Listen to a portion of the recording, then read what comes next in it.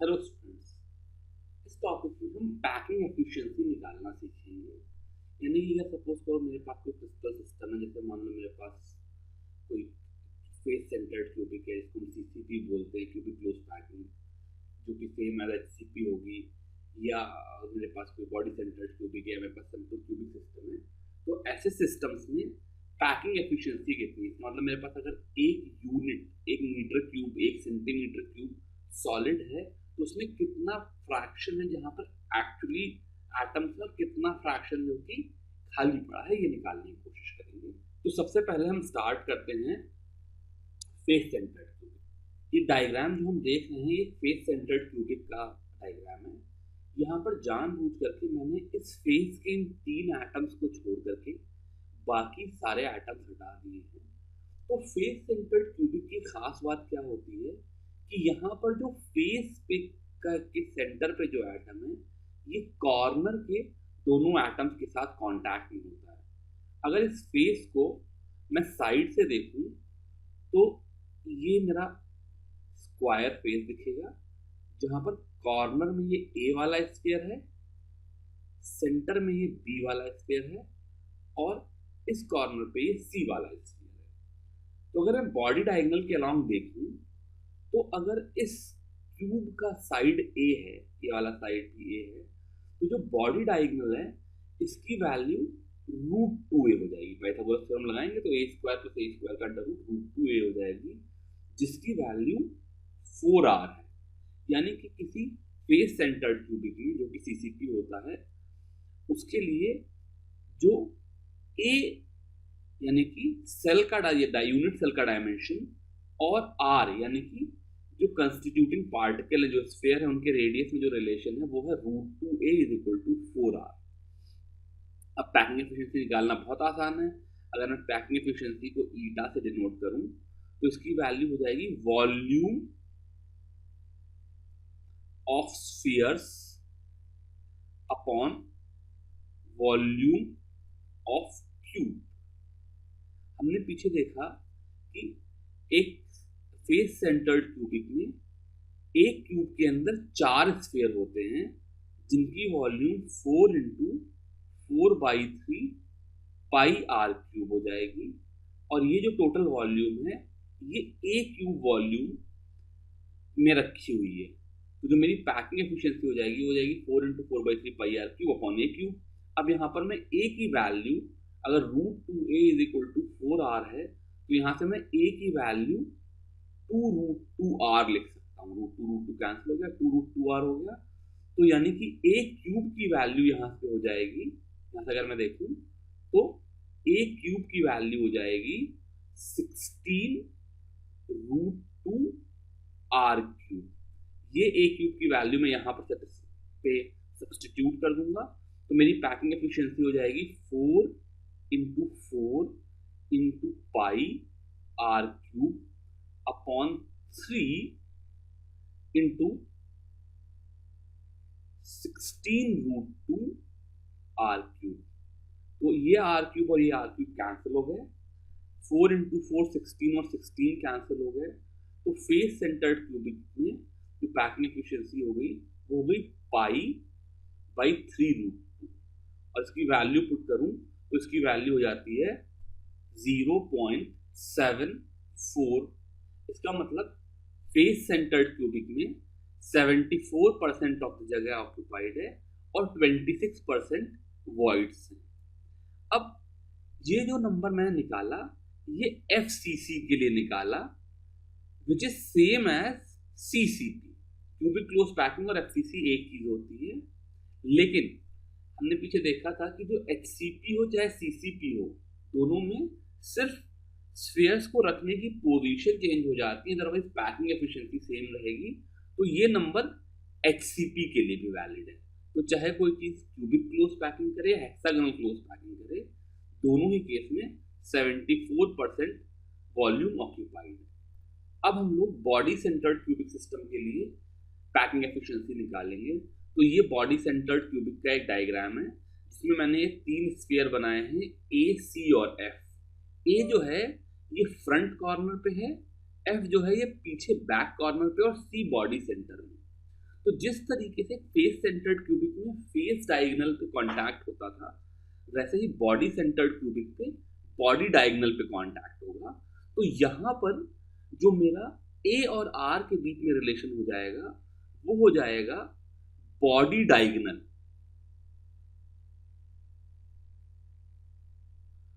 Is equal to 4r। अब अगर मैं किसी क्यूब में देखूं तो अगर ये साइड अगर ए है और ये साइड EF ये भी ए है, तो जो मेरा फेस डायगोनल हो जाएगा वो √2a हो जाएगा। और अगर फेस डायगोनल √2a है, ये जिसको मैंने B से डिनोट किया है, और ये वर्टिकल वाला साइड भी a है, तो जो ये मेरा बॉडी डायगोनल हो जाएगा इसकी वैल्यू √3a हो जाएगी। ये √2a हो गया, ये a हो गया, तो तीसरा साइड जो राइट एंगल ट्रायंगल का हो जाएगा वो √3a हो जाएगा। तो इसका मतलब मैं यहाँ पर लिख सकता हूँ कि √3a is equal to 4r।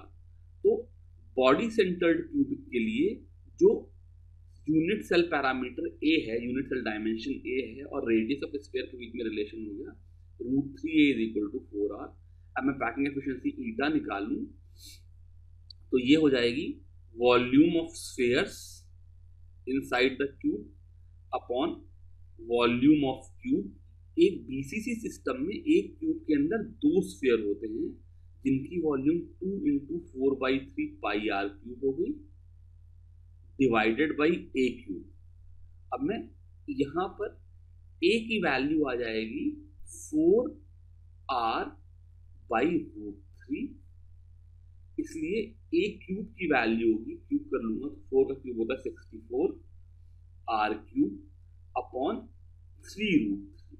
a की ये वैल्यू यहाँ पर सब्स्टिट्यूट कर देंगे तो पैकिंग एफिशिएंसी हो जाएगी 2 × 4 πr cube by 3 × 64r cube, और ये डिनोमिनेटर का 3√3 है ये न्यूमरेटर में चला जाए। अब इस r क्यूब से इस r क्यूब को कैंसिल कर देते हैं, 2 और 4 8 है, 64 को कैंसिल करेंगे तो यहाँ पर 8 आ जाएगा।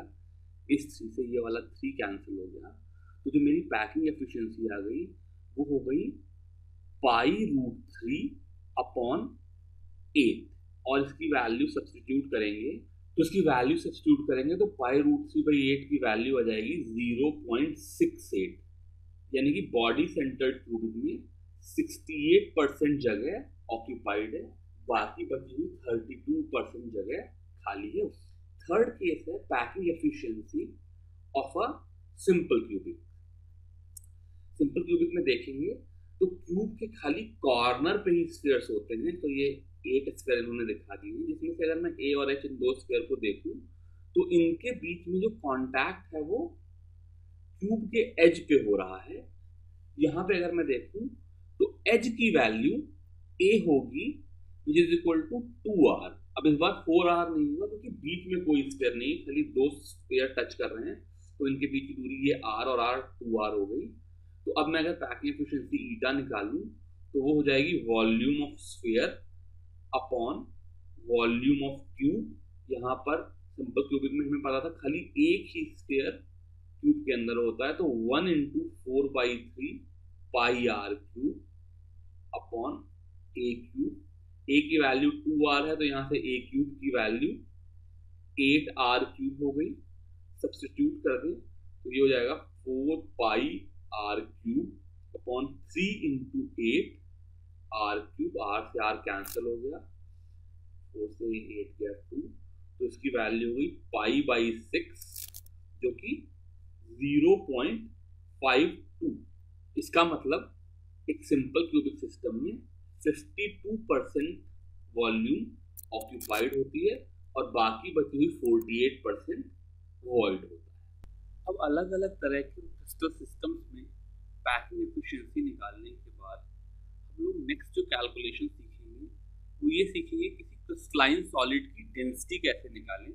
अगर मुझे उस सॉलिड का सेल डायमेंशन यानी कि यूनिट सेल डायमेंशन पता हो, यानी कि उसका जो क्यूब है उसका साइड कितना है ये पता हो, और वो क्रिस्टल टाइप क्या है, वो FCC है, सिंपल क्यूबिक है या बॉडी सेंटर्ड क्यूबिक है, ये निकालने की कोशिश करेंगे। तो इस कंसेप्ट को समझते हैं। सपोज करो मेरे पास एक यूनिट सेल है, इस यूनिट सेल की वॉल्यूम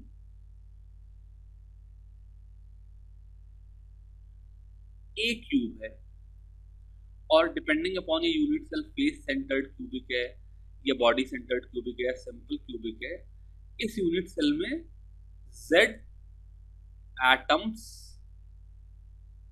पर यूनिट सेल है,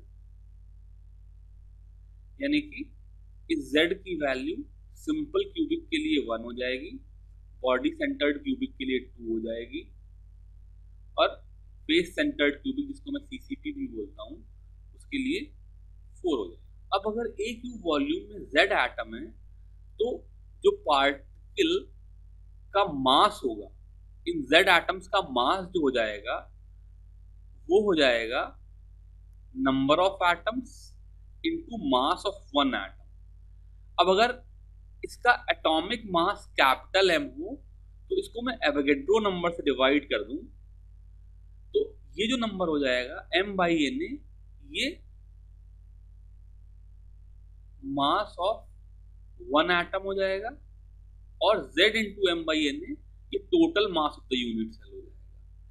ये जो मास है ये ए क्यूब वॉल्यूम में रखा हुआ है, तो जो डेंसिटी आ जाएगी उसकी वैल्यू हो जाएगी Z इंटू M/Na इंटू ए। यहां पर हमें यूनिट्स का बहुत ध्यान देना है। नॉर्मली जो मोलर मास है ये ग्राम पर मोल में लिया जाता है।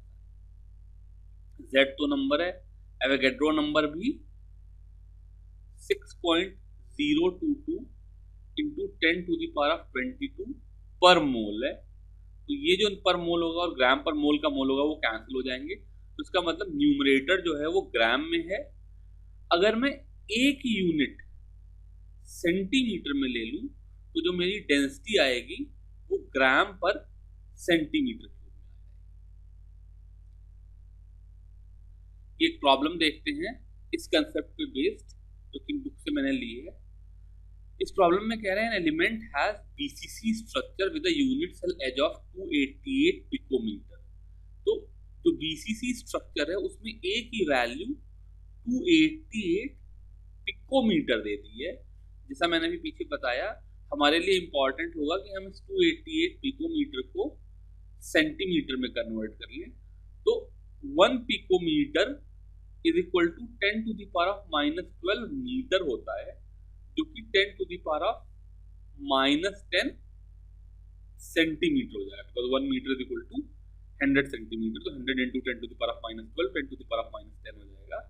तो जो यूनिट सेल डायमेंशन है ए, इसकी वैल्यू हो जाएगी 288 इंटू 10⁻⁻10 सेंटीमीटर।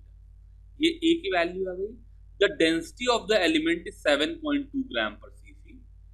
डेंसिटी दे दी और पूछ रहे हैं how many atoms are present in 208 gram of element. तो अगर मैं पीछे वाला ये फॉर्मूला लगाऊं जिसको याद कर लेना है, बहुत इंपॉर्टेंट है, तो density is equal to Z into atomic mass upon Avogadro number Na into A cube. Density मुझे गिवन है 7.2 ग्राम पर सीसी है, Z की वैल्यू 2 है क्योंकि ये बीसीसी स्ट्रक्चर है, गिवन है। एवोगैड्रो नंबर मुझको पता है, ए की वैल्यू मुझको पता है, तो यहां से मुझे इस पार्टिकल का एटॉमिक मास M आ जाएगा 7.2 into 6.022 into 10⁻23 into 288 cube into 10⁻30। ये टर्म आ गया ए क्यूब वाला टर्म, जब ए क्यूब इस साइड पे जाएगा तो आ गया अपॉन Z। पीसीसी के लिए Z की वैल्यू 2 है, तो यहां से मुझे इस पार्टिकल का मोलर मास आ गया। इसकी वैल्यू हो जाएगी अप्रॉक्सीमेटली 52 ग्राम पर मोल, यानी कि ये जो मैंने पीछे फॉर्मूला दिया था उसके बेसिस पे देखें तो इस एलिमेंट का एटॉमिक मास 52 ग्राम पर मोल आ गया। अब एक बार एटॉमिक मास आ गया तो 208 मास है, तो number of particles n is equal to mass upon atomic mass, तो इसकी वैल्यू हो जाएगी 208 बाई 52 विच विल बी 4, तो ये 4 मोल हो जाएंगे। इसको मैं 24 into 10 to the power of 23 atoms भी कहता हूँ। तो दिस 208 ग्राम ऑफ एलिमेंट जो गिवन है, it contains 24 into 10 to the power of 3 या 2.4 into 10 to the power of 4 atoms. अगला प्रॉब्लम देखते हैं। पिछले प्रॉब्लम में क्या था, इस प्रॉब्लम में फिर से इन्होंने बताया कि X-ray diffraction studies show that copper crystallises in an FCC unit, यानी कि जो मेरा फॉर्मूला है उसमें एफसीसी स्ट्रक्चर के लिए Z की वैल्यू 4 आ गई with cell edge of 3.608 into 10 to the power of -8 centimetre. तो यहाँ पर सेंटीमीटर में ही गिवन है, अच्छा रहा, हमें कोई कन्वर्जन की जरूरत नहीं पड़ी। In a separate experiment, copper is determined to have a density of 8.92 gram पर सेंटीमीटर क्यूब। तो डेंसिटी यदि calculate atomic mass of copper, तो बिल्कुल सेम तरह का प्रॉब्लम है। यहाँ पर density is equal to Z into atomic mass by Avogadro number into A cube कर लेंगे। यहाँ से एटॉमिक मास की वैल्यू हो जाएगी density into Avogadro number into ए क्यूब अपॉन Z। डेंसिटी इन्होंने दे दी 8.92 ग्राम पर सेंटीमीटर क्यूब, एवोगैड्रो नंबर की वैल्यू हो गई 6.022 into 10 to the power of 23, A cube की वैल्यू हो गई 3.608 का क्यूब और into 10 to the power of -24, ये 10 टू द पावर ऑफ -8 का क्यूब हो गया अपॉन, चूंकि ये एफसीसी क्रिस्टल है इसलिए Z की वैल्यू 4 हो गई, इसको 4 से डिवाइड कर दिया। इसे कैलकुलेट करेंगे तो एटॉमिक मास ऑफ कॉपर आ जाएगा 63 ग्राम पर मोल। एक सिंपल सा फॉर्मूला है, जो ये फॉर्मूला याद होना बहुत जरूरी है। इस फॉर्मूले को यूज करके ही हम ये सारे कैलकुलेशंस कर सकते हैं। अब ये थर्ड एग्जांपल है। इस थर्ड एग्जांपल में इन्होंने सिल्वर की बात करी है कि सिल्वर फॉर्म CCP। अब CCP जो है ये FCC ही होता है, तो इसके लिए Z की वैल्यू 4 हो जाएगी। Silver form CCP lattice and X-ray studies of crystals show that edge length of its unit cells is 408.6 picometre.